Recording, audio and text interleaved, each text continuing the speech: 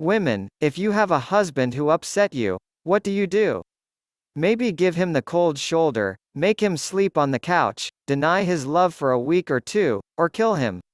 Like something out of the Cell Block Tango, there are stories of women whose final nerves snapped and well, say goodbye to Dear Old Hubby. Hey, everyone. Welcome to Fillapedia. In today's video, we are going to go over the top 10 women who poisoned their husbands. So without further ado, let's get into it. Number 10. Giulia Tofana.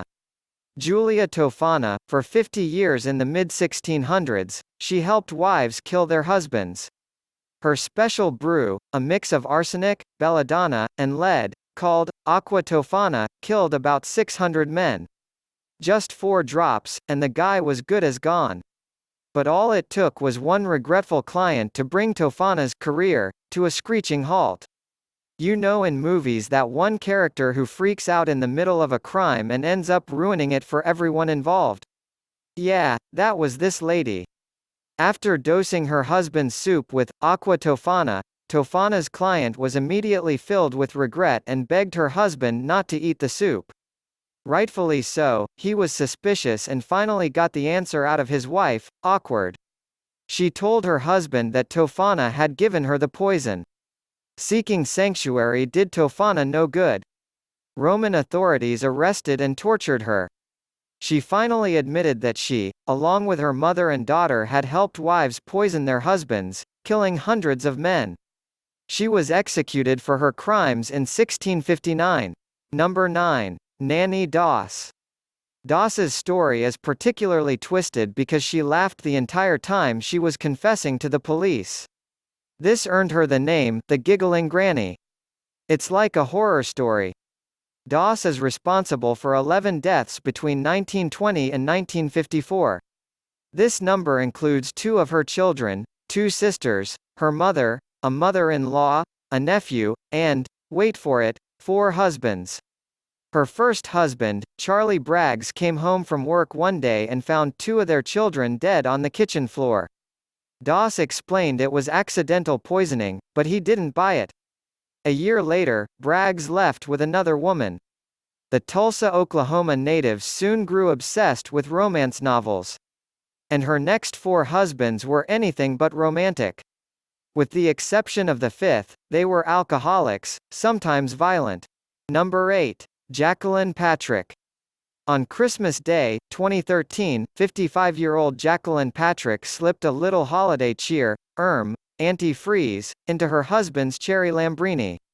Following an argument, Jacqueline poured her husband, Douglas, 2 glasses of the drink, hoping that it would kill him. She had planned on covering it up as either a suicide or an adverse reaction to his medication. Douglas went to bed and woke up ill the next day. Medics rushed him to the hospital, where he slipped into a coma. But before the medics left, Jacqueline handed them a fake suicide note.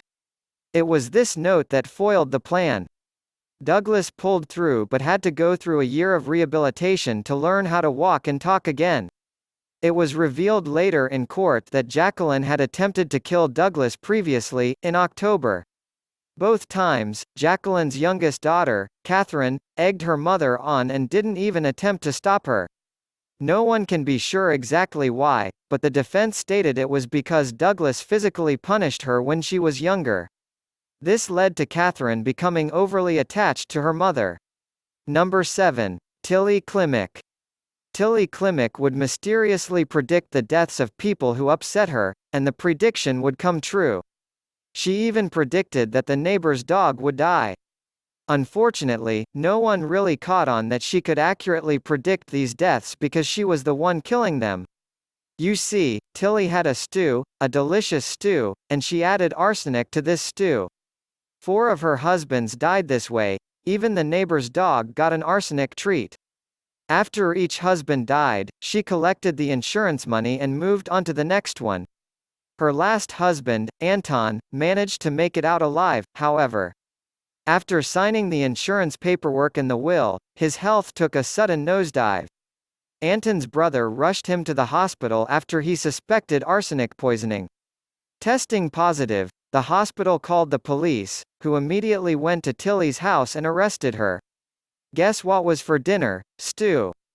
Tilly spent the remainder of her life in prison but never confessed to her crimes. In just 4 short years, she poisoned 13 people. 6 of those people survived. Number 6. Zsuzsanna Fazekas and the Angel Makers. In the sleepy Hungarian town of Nagyrev, Zsuzsanna Fazekas found herself the leader of a group of women who would go on to poison an estimated 300 people. We know these women as the Angel Makers of Nagyrev.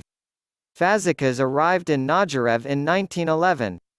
Her husband had mysteriously disappeared, and her origin story was questionable. But the town needed a doctor, and she had experience as a midwife and good references. She quickly became a respected and important part of village life. At this point in history, men were returning home from World War I because PTSD was not understood as well as it is now. Any issues these men caused while they readjusted to civilian life were labeled problematic. So when women expressed concerns about their husbands, Fazekas offered them a simple solution. Arsenic. Why put up with them? Fazekas allegedly said. Fazekas started encouraging women to poison their husbands with arsenic.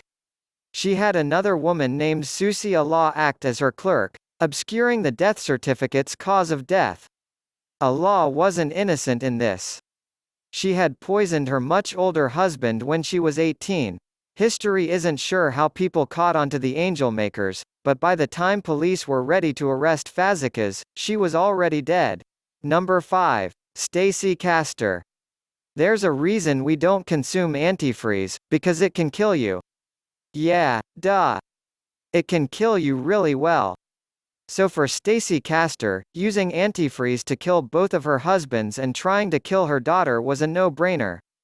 On August 22, 2005, Castor called 911 to report her husband missing.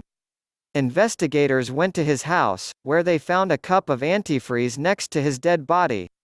They ruled the death a suicide. However, something didn't quite sit right with them.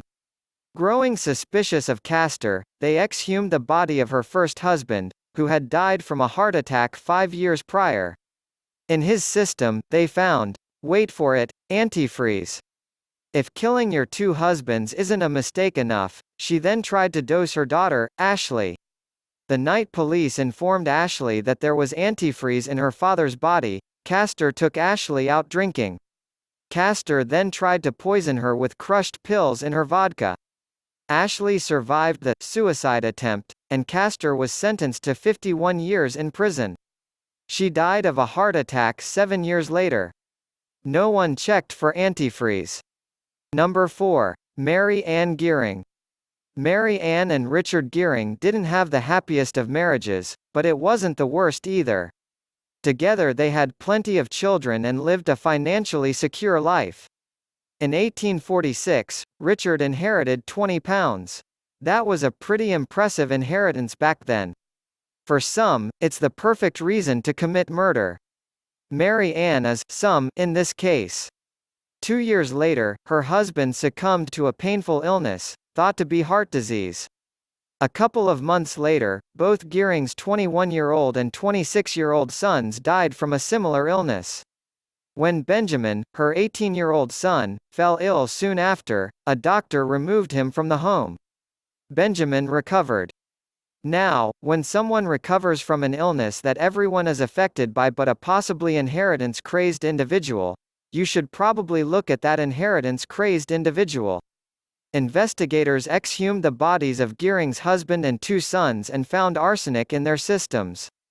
They also discovered that Mary Ann had purchased arsenic from a nearby chemist. She confessed to poisoning her husband and sons at her trial. Mary Ann was hung on August 21, 1849. Number 3. Judias Buenoao. Here's another case of a wife murdering for money, and to be fair, this was a pretty good haul. Judias Buenoao poisoned her husband, James Goodyear, in 1971. She didn't collect 1 life insurance policy but 3 life insurance policies. If that wasn't enough, she received another policy payout when her house burned down.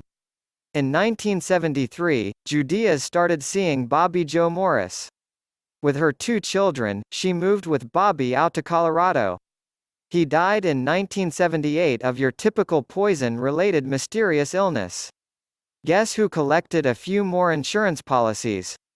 It only gets worse from here. By 1979, Judea's was back in Florida.